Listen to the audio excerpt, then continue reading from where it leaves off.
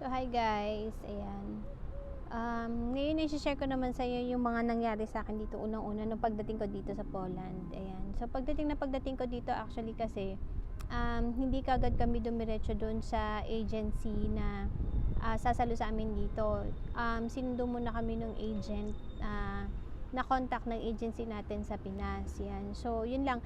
Pagdating nyo dito, may isa pang agency kasi, yun naman yung contact ng agency na nandito. Yan. And, nung nasundo na kami ng agency na yon, ayan, so dinala muna kami dun sa temporary accommodation nila, and then the following day is pinapunta kami dun sa office nila para mag-sign ng kontrata. Yan, so yun, tsaka yun, syempre kumuha sila ng mga documents. And after that, pagka-sign namin ng contract sa kanila, guys, tandaan nyo, iba yung kontrata natin dito. Kung anong kontrata nyo sa Pilipinas. Actually, ang kinikilala nilang